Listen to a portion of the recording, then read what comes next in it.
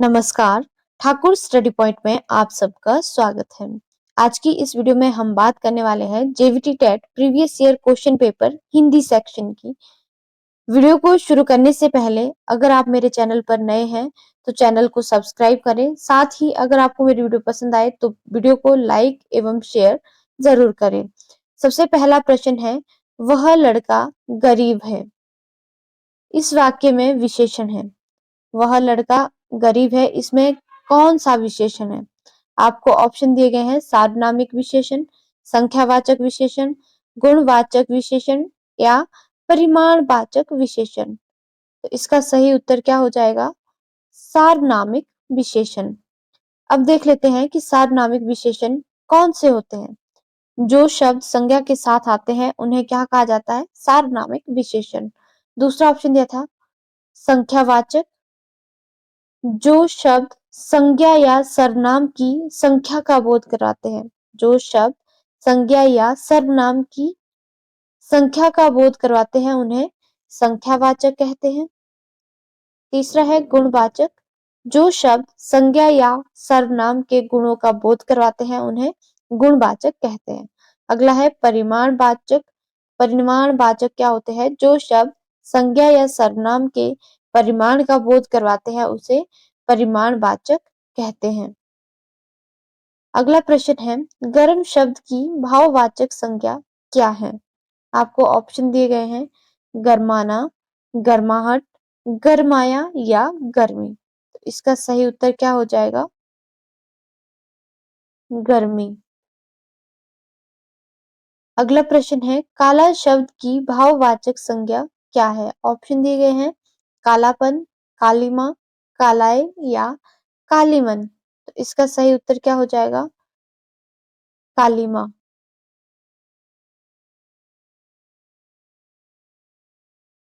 अगला प्रश्न है, भारतीय संविधान ने हिंदी को मूल रूप में कब अपनाया था? जो भारतीय संविधान है, जो भारतीय संविधान है, इसने हिंदी को राष्ट्रभाषा के रूप में कब अपनाया था? ऑप्शन दिए गए हैं 14 सितंबर 1949, 26 जनवरी 1950 या 15 अगस्त 1947 और लास्ट ऑप्शन है इनमें से कोई नहीं। इसका सही उत्तर क्या हो जाएगा? 14 सितंबर 1949 को। दूसरा ऑप्शन दिया गया है 26 जनवरी 1950। तो 26 जनवरी 1950 को संविधान लागू हुआ था। क्या हुआ था? संविधान लागू हुआ था।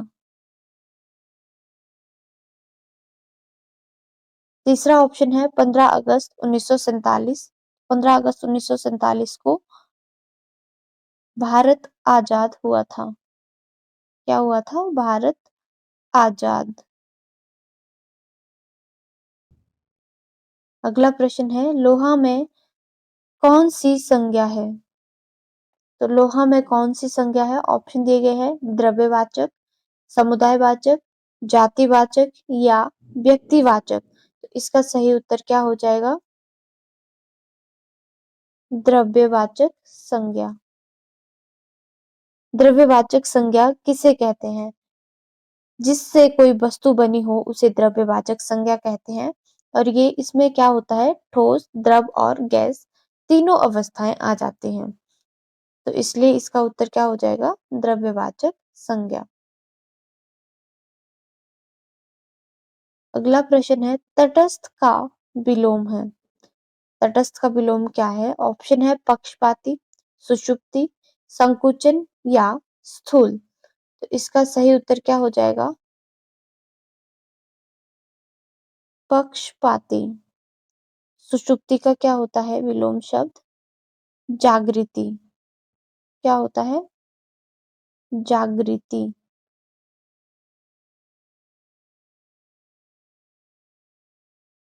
और संकुचन का क्या होता है? विस्तारण। तीसरा दिया गया है स्थूल। स्थूल का क्या होता है? सूक्ष्म।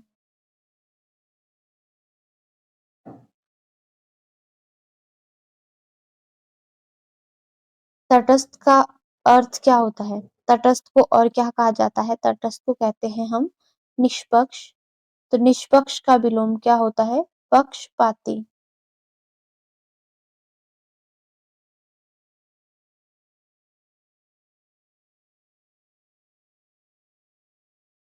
अगला प्रश्न है, ओजस्वी का विलोमार्थी क्या होगा? ऑप्शन दिए गए हैं यशस्वी, तेजस्वी, निस्तेज या निरअभिमानी। तो ओजस्वी का विलोम क्या हो जाएगा? इसका सही उत्तर है निस्तेज। और निस्तेज को क्या कहा जाता है? यानी कि तेजहीन। तेजहीन।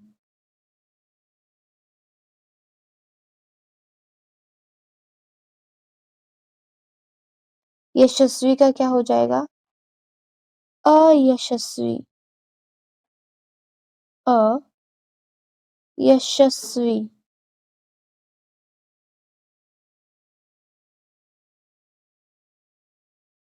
तेजस्वी का क्या हो जाएगा?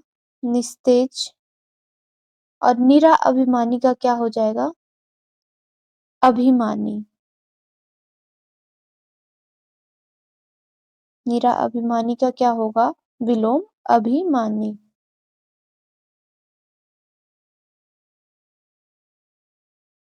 अगला प्रश्न है, चीर शब्द का अर्थ लिखें।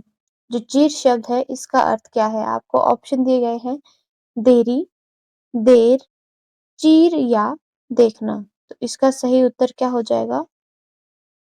ऑप्शन बी, देर।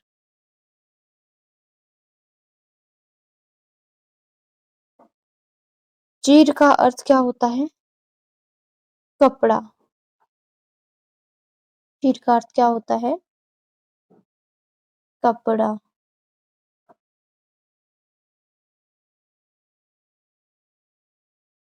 अगला प्रश्न है, सरोज समृद्धि किस कवि की रचना है? जो सरोज समृद्धि है ये किस कवि की रचना है? ऑप्शन दिए गए हैं मैथिली शरण गुप्त, सूर्यकांत त्रिपाठी, जयशंकर प्रसाद या बिहारी। तो इसका सही उत्तर क्या हो जाएगा? सूर्यकांत त्रिपाठी। इससे पहला ऑप्शन है मैथिली शरण गुप्त। तो मैथिली शरण जो गुप्त है इनकी कौन कौन सी रचनाएं हैं इसमें देख लेते हैं। सबसे पहले है जय भारत। जय भारत। और इसका प्रकाशन कब हुआ था? 1952 में।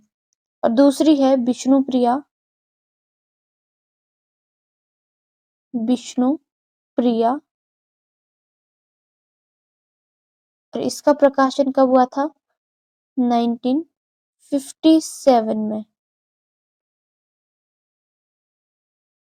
अगला ऑप्शन है जयशंकर प्रसाद। तो जयशंकर प्रसाद की कौन कौन सी रचना है? इसमें है झरना। झरना, आंसू,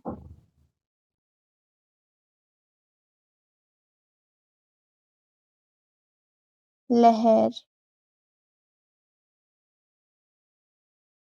लास्ट ऑप्शन है बिहारी। तो बिहारी की प्रमुख रचना कौन सी है?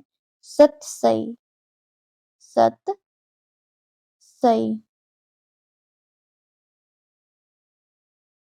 अगला प्रश्न है, बच्चा की भाववाचक संज्ञा है। बच्चा की भाववाचक संज्ञा क्या है? ऑप्शन दिए गए हैं बालकपन, बचपन, बचपना या बच्चा। तो इसका सही उत्तर क्या हो जाएगा? ऑप्शन दिया गया है बी, बचपन। अगला प्रश्न है, प्रार्थना का विशेषण है। ऑप्शन दिए गए हैं प्रार्थनात्व, प्रार्थी, पृथक या प्राची। तो इसका सही उत्तर क्या हो जाएगा? ऑप्शन बी, प्रार्थी। अगला प्रश्न है, गंगा, सुरेश, गीता और आग्रह शब्द में कौन सी संज्ञा है?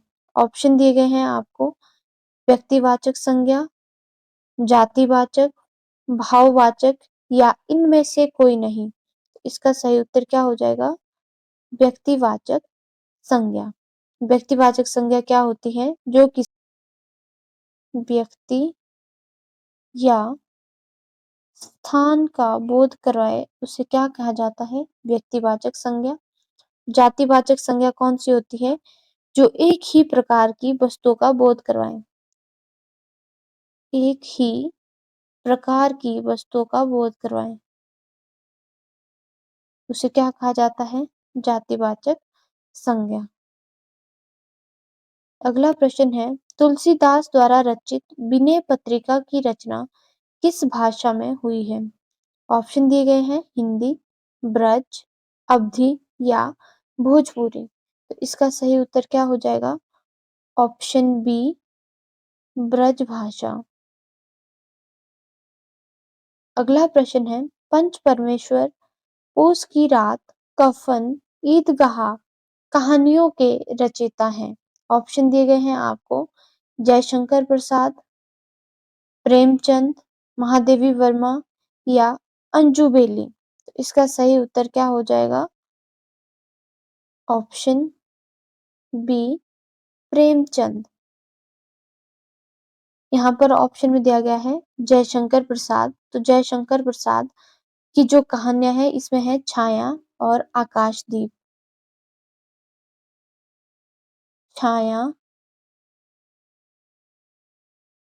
आंधी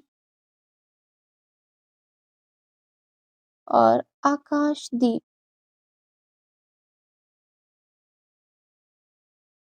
ये किसकी रचनाएं हैं? जयशंकर प्रसाद की।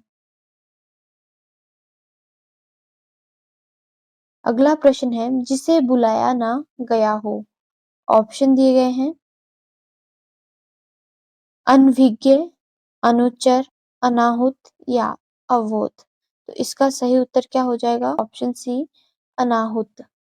सबसे पहला ऑप्शन है अनभिज्ञ। तो इसका अर्थ क्या होता है? ना जानने वाला, ना जानने वाला या अनजान। ना जानने वाले को क्या कहते हैं? अनभिज्ञ। दूसरा है अनुचर। तो अनुचर को क्या कहते हैं? आज्ञाकारी, जो आज्ञा का पालन करता है उसे क्या कहते हैं? आज्ञाकारी या अनुचर। लास्ट ऑप्शन है अबोध। अबोध जो शब्द है इसके लिए क्या प्रयोग होता है? अनुभवहीन या ना समझ। अनुभवहीन या ना समझ।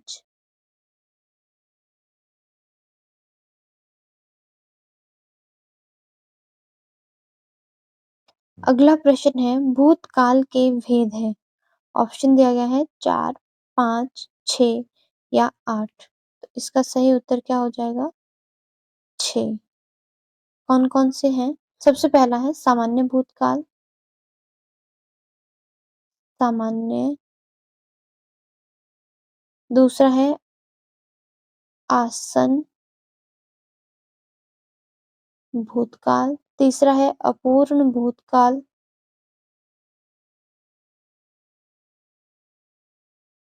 चौथा है पूर्ण भूतकाल और पांचवा है संदिग्ध भूतकाल और छठा है हेतु मद भूतकाल। कौन सा है? हेतु मद भूतकाल।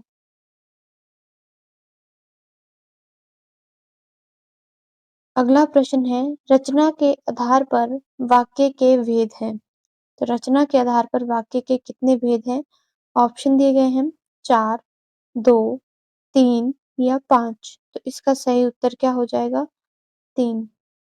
कौन कौन से हैं? सरल, संयुक्त एवं मिश्र। अगला प्रश्न है, खल का विलोम है। खल का विलोम क्या है? ऑप्शन है सज्जन, अनार्य, दोष या प्रेम। इसका सही उत्तर क्या हो जाएगा? सज्जन।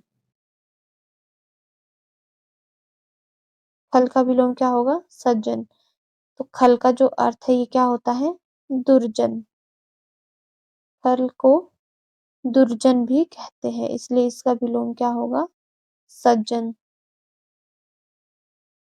अगला प्रश्न है, संधि किसे कहते हैं? सही विकल्प चुनें। ऑप्शन दिए गए हैं, शब्दों के मेल को, वर्णों के मेल को, या लिपियों के मेल को, चौथा है भाषा के मेल को। तो इसका सही उत्तर क्या हो जाएगा? ऑप्शन बी, वर्णों के मेल को संधि कहते हैं। अगर आपसे पूछा जाए कि शब्दों के मेल को क्या कहते हैं? शब्दों के मेल को समास कहते हैं, और वर्णों के मेल से जो परिवर्तन होता है उसे संधि कहते हैं। अगला प्रश्न है, कान कतरना मुहावरे का अर्थ है।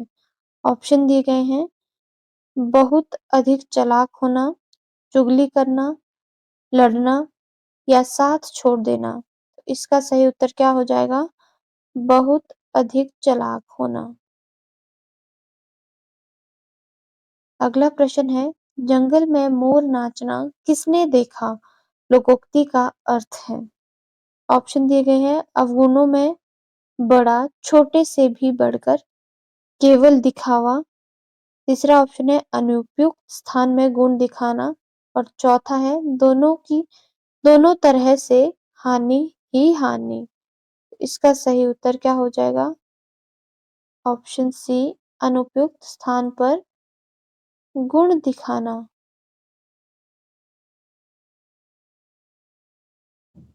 अगला क्वेश्चन है, त्रिभुज में कौन सा समास है?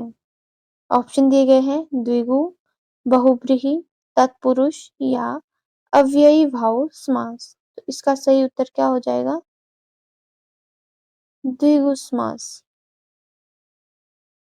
जो द्विगु समास है इसकी पहचान हम सीख लेते हैं। तो इसकी पहचान हम कैसे करते हैं?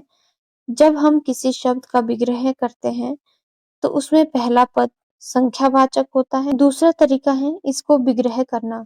जिन शब्दों में विग्रह करने पर समाहार या समूह आए वे कौन से होंगे? द्विगु समास। अगला प्रश्न है, निम्न में शुद्ध शब्द बताइए। आपको शुद्ध शब्द बताना है। ऑप्शन दिए गए हैं, कनिष्ठ, कनिष्ठ, कनिष्ठ, या कनिष्क। इसका सही उत्तर क्या हो जाएगा? ऑप्शन बी, कनिष्ठ।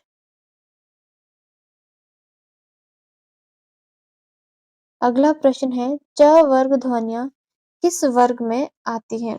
जो च वर्ग ध्वनि है ये किस वर्ग में आती है? ऑप्शन दिए गए हैं, कंठ, दंत, तालु, या ओष्ठ। तो इसका सही उत्तर क्या हो जाएगा? Option C.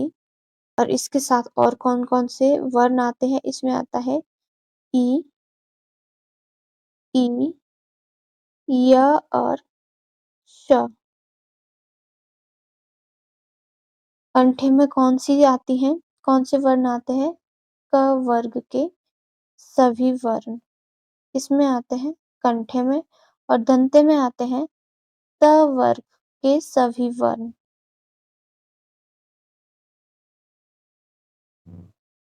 और स भी इसमें आता है दंतय ध्वनि में। अब बात करेंगे ओष्ठ्य में। तो ओष्ठ्य में कौन से आते हैं? प वर्ग।